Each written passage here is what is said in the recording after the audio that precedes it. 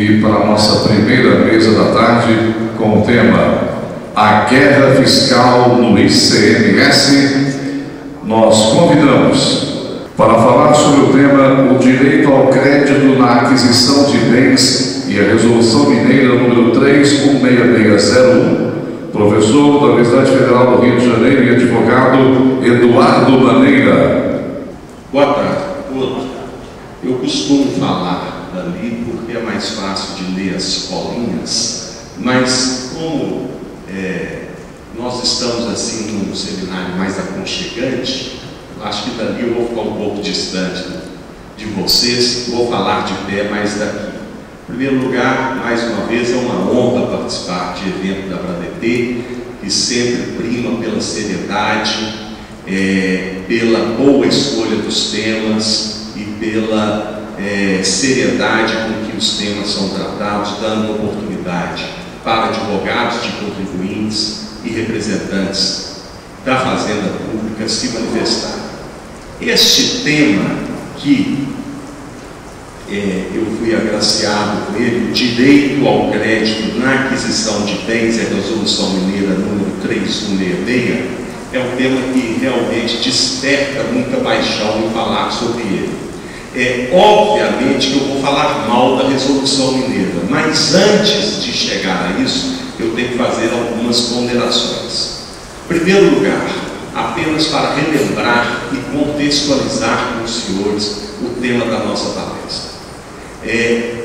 O que é guerra fiscal e por que a guerra fiscal existe?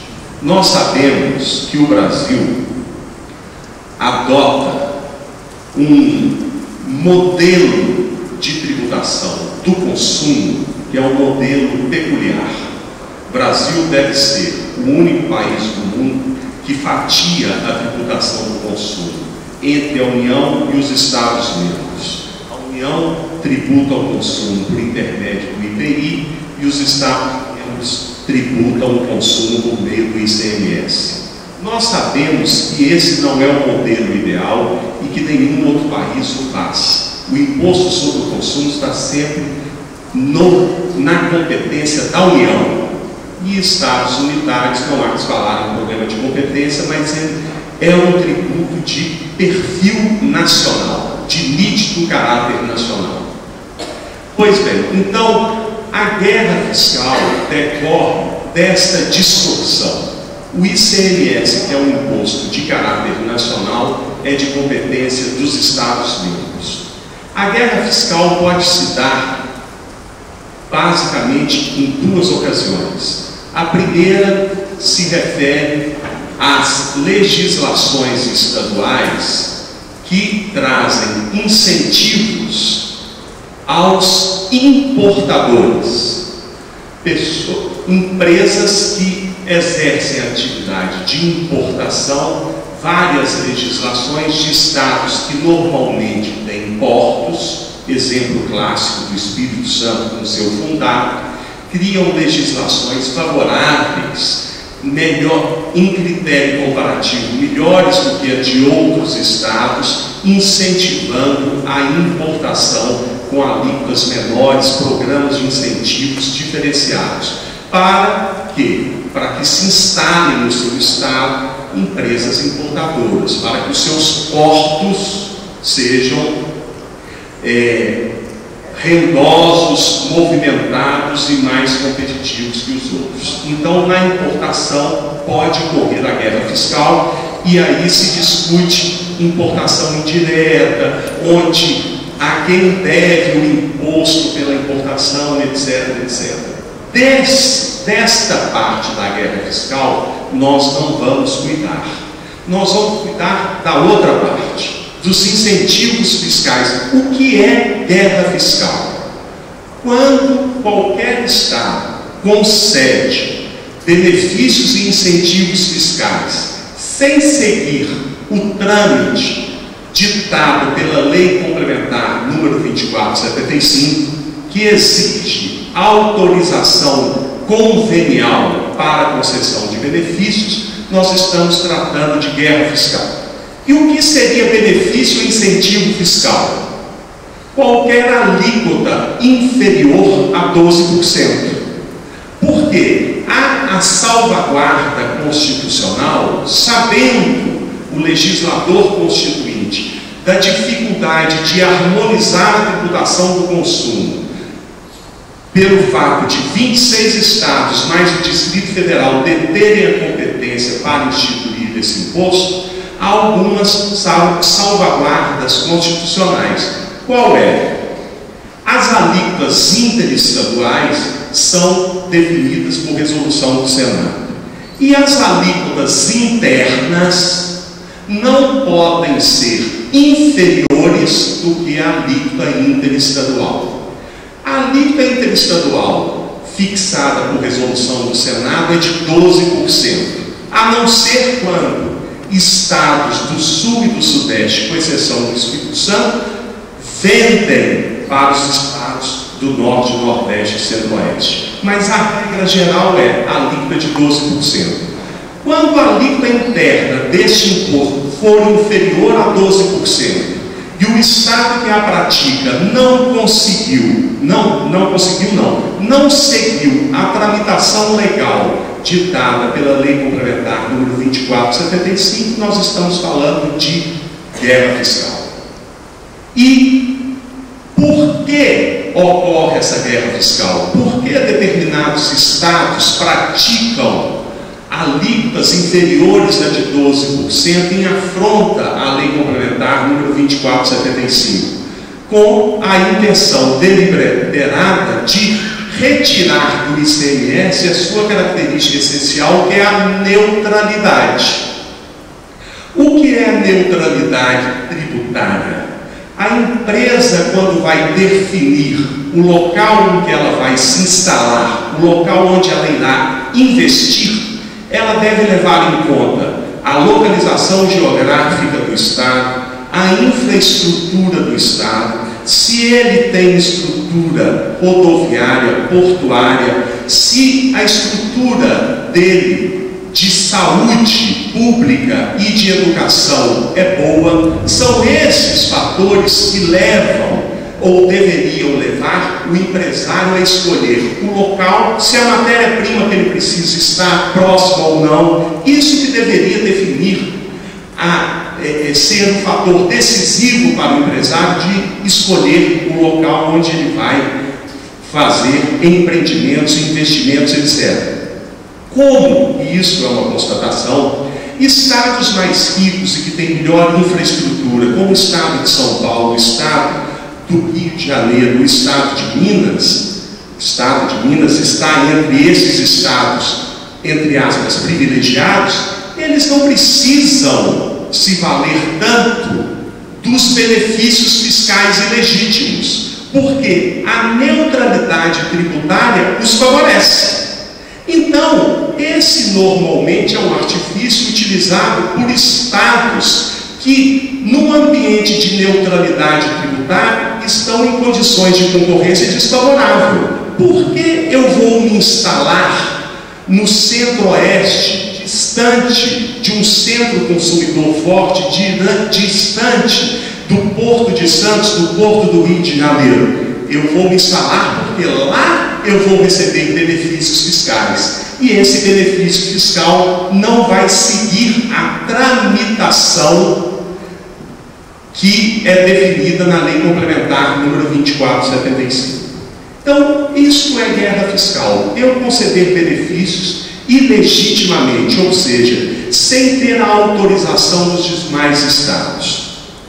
Ora, o Supremo Tribunal Federal não tem tido nenhuma dificuldade em reconhecer e em declarar a inconstitucionalidade daquelas legislações estaduais que concedem benefícios sem seguir o que determina a Lei Complementar número 2475.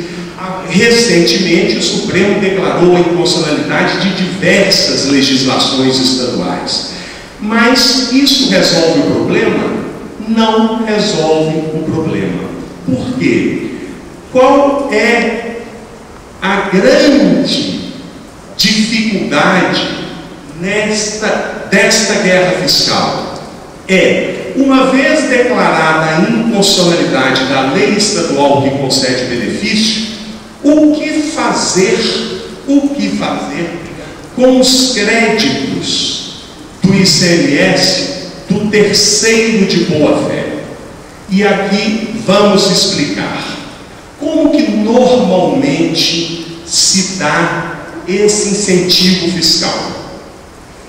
Como a Constituição diz que a alíquota interna não pode ser inferior à alíquota definida em resolução do Senado para ser a alíquota interestadual, ou seja, a alíquota de 12%, a afronta a esta determinação constitucional não se faz de modo direto, se faz por via indireta. Como? A legislação estadual mantém a alíquota de 12%, mas reduz a base de cálculo das operações internas, de modo de que a alíquota, o resultado seja uma alíquota menor. Então, se eu quero conceder um incentivo de uma alíquota de 4%, eu reduzo a base de cálculo de 1.000 para 330. E sobre esses 330, eu aplico os 12%. E como se dá a redução dessa base de cálculo? Não se dá na nota fiscal. Essa redução se dá em créditos que o contribuinte do Estado que concede benefício lança nos seus livros fiscais, mas que muitas vezes não se refletem na nota fiscal.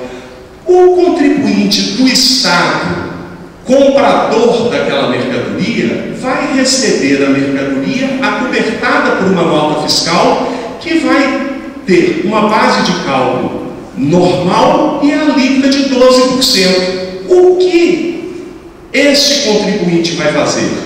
Seguindo o que deve ser feito de acordo com o princípio da não cumulatividade.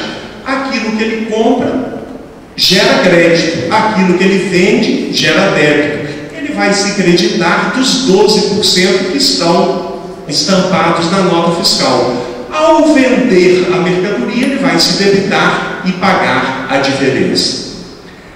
O que, neste ambiente de guerra fiscal, os estados que se sentem prejudicados, como é o caso de Minas Gerais, que não concede benefícios irregulares, mas sofre com os benefícios concedidos por outros estados, o que o estado de Minas faz? Baixa uma resolução, a 3166, seguindo em tese a orientação da Lei 2475, para dizer o seguinte: os contribuintes estabelecidos em Minas Gerais que adquirem de outros estados produtos e mercadorias que receberam benefícios ilegítimos poderão se creditar apenas da efetiva carga tributária que foi exigida no estado de origem.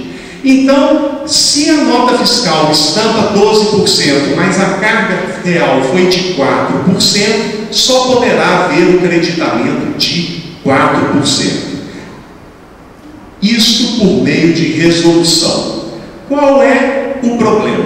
Primeiro, o contribuinte situado em Minas Gerais, ele não tem como averiguar se benefícios e incentivos fiscais são concedidos nos outros estados, porque a nota fiscal que acoberta a mercadoria que ele adquire não revela esse benefício, porque a alíquota se mantém em 12% e há uma redução da base de cálculo feita nos livros, não estampada na nota fiscal. Não se pode atribuir ao contribuinte mineiro o dever de fiscalizar procedimentos fiscais adotados em outros estados. Qual é outro problema? O estado de Minas Gerais, com a resolução 3166, julga unilateralmente, por ato de uma autoridade fazendária, talvez a autoridade fazendária de hierarquia inferior ao Antônio Eduardo, A autoridade substitui 11 ministros do Supremo e vai apontando quais as legislações estaduais são inconstitucionais, sem se dar ao trabalho de ir ao judiciário obter a declaração de inconstitucionalidade dessas legislações. O NAR faz por uma comodidade muito grande. Resolução 366 de Minas declara inconstitucional lei número tal do Estado de Goiás, lei número tal do Estado do Paraná. Um ato de autoridade do Poder Executivo, de autoridade fazendária, declara constitucionalidade de legislações produzidas em outros estados.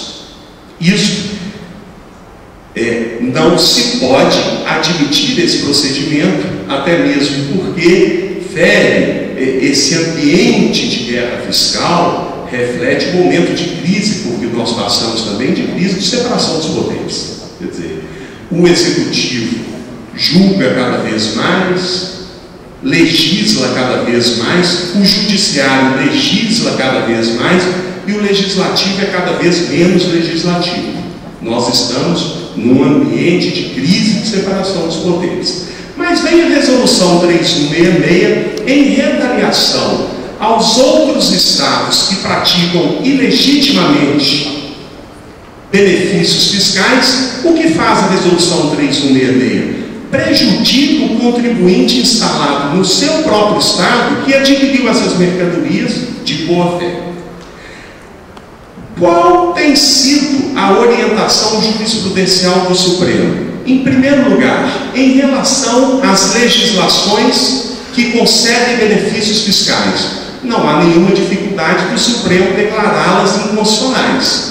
As legislações estaduais que não seguem o rito da Lei Complementar número 2475 são inconstitucionais. Que rito é este? Exige que os estados submetam a sua vontade de conceder benefícios fiscais a um órgão colegiado chamado CONFAS, que a unanimidade deve deliberar sobre este benefício pretendido pelo estado requerente.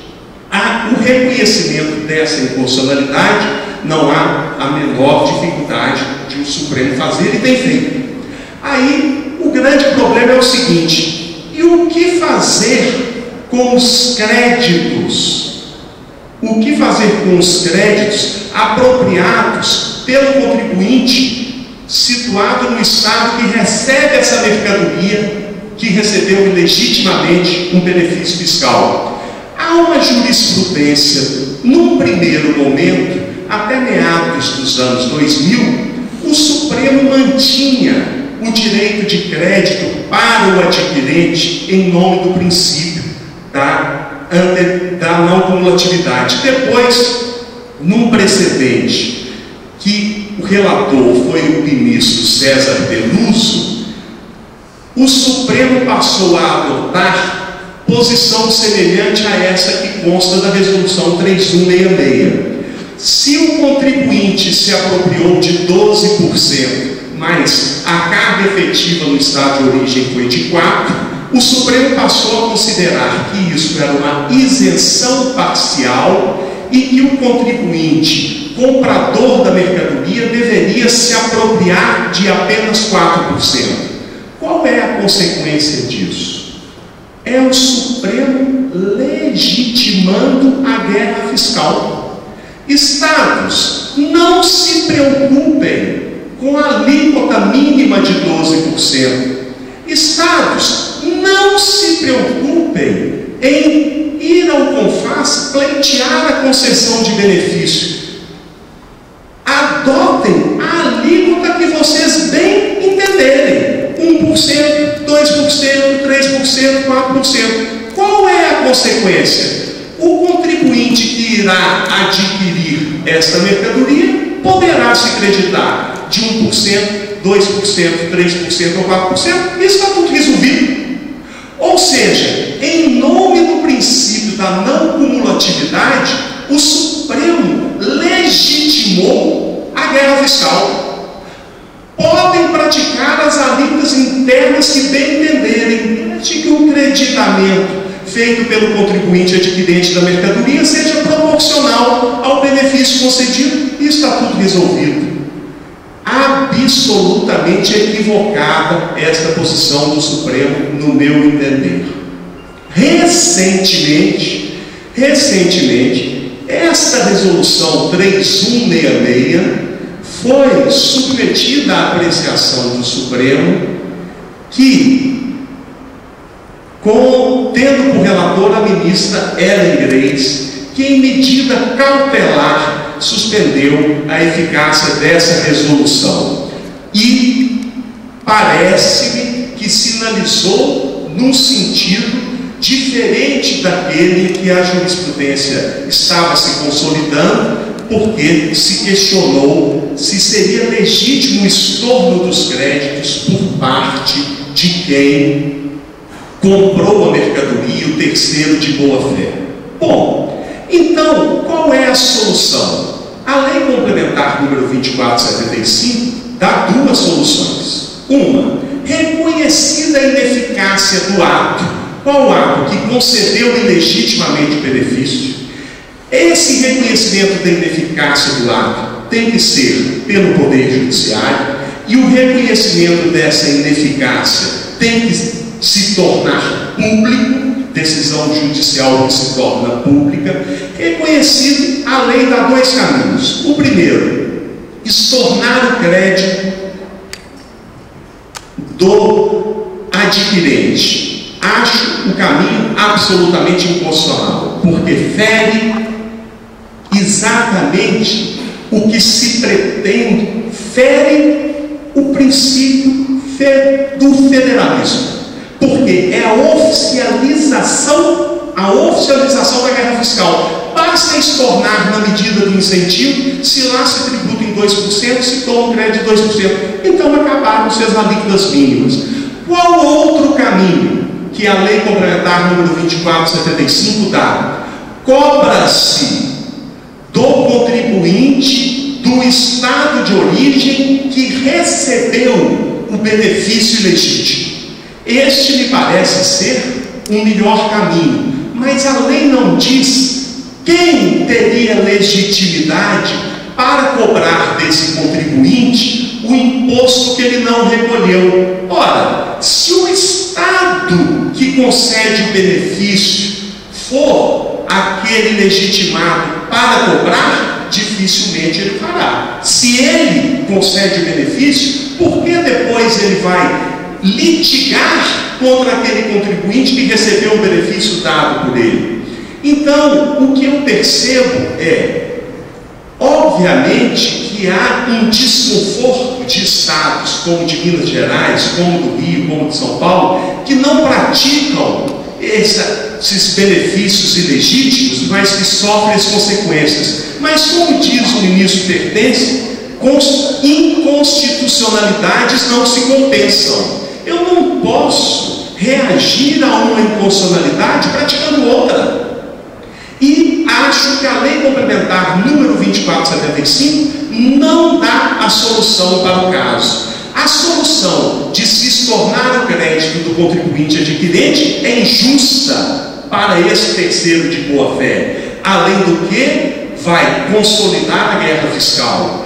E a possibilidade de se cobrar daquele contribuinte que recebeu o benefício é uma opção ineficaz, porque aquele que concede jamais, ou pelo menos em tese, não teria interesse de fazer a cobrança. Então, o que eu gostaria de dizer, num ambiente aqui de formadores de opinião, que para a guerra fiscal nós teríamos duas soluções. Primeiro, nacionalizar o ICMS, e essa é uma proposta que nós sabemos politicamente inviável.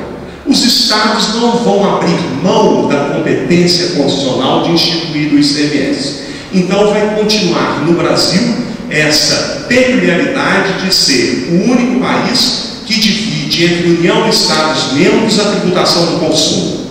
Mas não adianta nós aqui pregarmos que o ICMS, o IPI tem que se tornar o único imposto de competência federal. Nós sabemos que isso é muito bonito se falar no ambiente de academia, mas que na prática é difícil de se levar adiante. mas teria uma outra solução de lege ferenda. A solução para a guerra fiscal não está no direito tributário, ela tem que estar no direito financeiro. Aquele Estado que provar a ineficácia do ato de outro Estado que concedeu o benefício legítimo, ele tem que se compensar com os recursos do Estado que concedeu o benefício legítimo. E mecanismos existem ou podem ser criados para isso. Por exemplo, através de compensação na repartição do Fundo de Participação dos Estados. Se o Estado de Minas reconhece judicialmente a invalidade de um benefício concedido pelo Estado de Goiás, torne líquido aquele benefício, arbitre-se um valor a ser compensado no Fundo de Participação dos Estados. Mas, se a guerra fiscal é entre os Estados, o alvo não pode ser o contribuinte de boa fé. O contribuinte que recebe, que compra mercadorias, a boa fé dele é inquestionável. E diria até mais, não sei se há uma presunção absoluta de que o contribuinte que tenha recebido o benefício esteja de má fé. Esse contribuinte ele está sendo incentivado por uma legislação estadual, por propaganda que se passa na televisão dos estados, pelos bancos estatais. Venha se instalar em Goiás, venha se instalar em Rondônia, aqui você terá benefício. E o contribuinte acredita naquela propaganda estatal e investe e instala-se naquele lugar. Você não pode dizer que esse contribuinte a priori está de má fé, mesmo que esteja pelo menos fazendo vista grossa. Aquele que recebeu a mercadoria não, está de absoluta boa fé. O terceiro de boa fé de outro estado. Então, a solução para a guerra fiscal, em que os estados são os protagonistas dessa guerra, a solução tem que estar no direito financeiro, na relação entre os estados. Não pode estar no direito tributário, que rege a relação entre Estado e contribuinte. Numa guerra entre estados, o alvo não pode ser os cidadãos, os contribuintes destes estados, que não têm nada a ver com isso e não podem contribuir para o desfecho desta guerra. Eles não podem sofrer, por isso, a consequência nefasta delas. Eu, por hora, encerro por aqui, esperando a manifestação do professor Onofre e depois as considerações do presidente da mesa, superintendente da Secretaria da Fazenda, mas que trata com muito respeito todos os contribuintes e os defensores deles. Muito obrigado.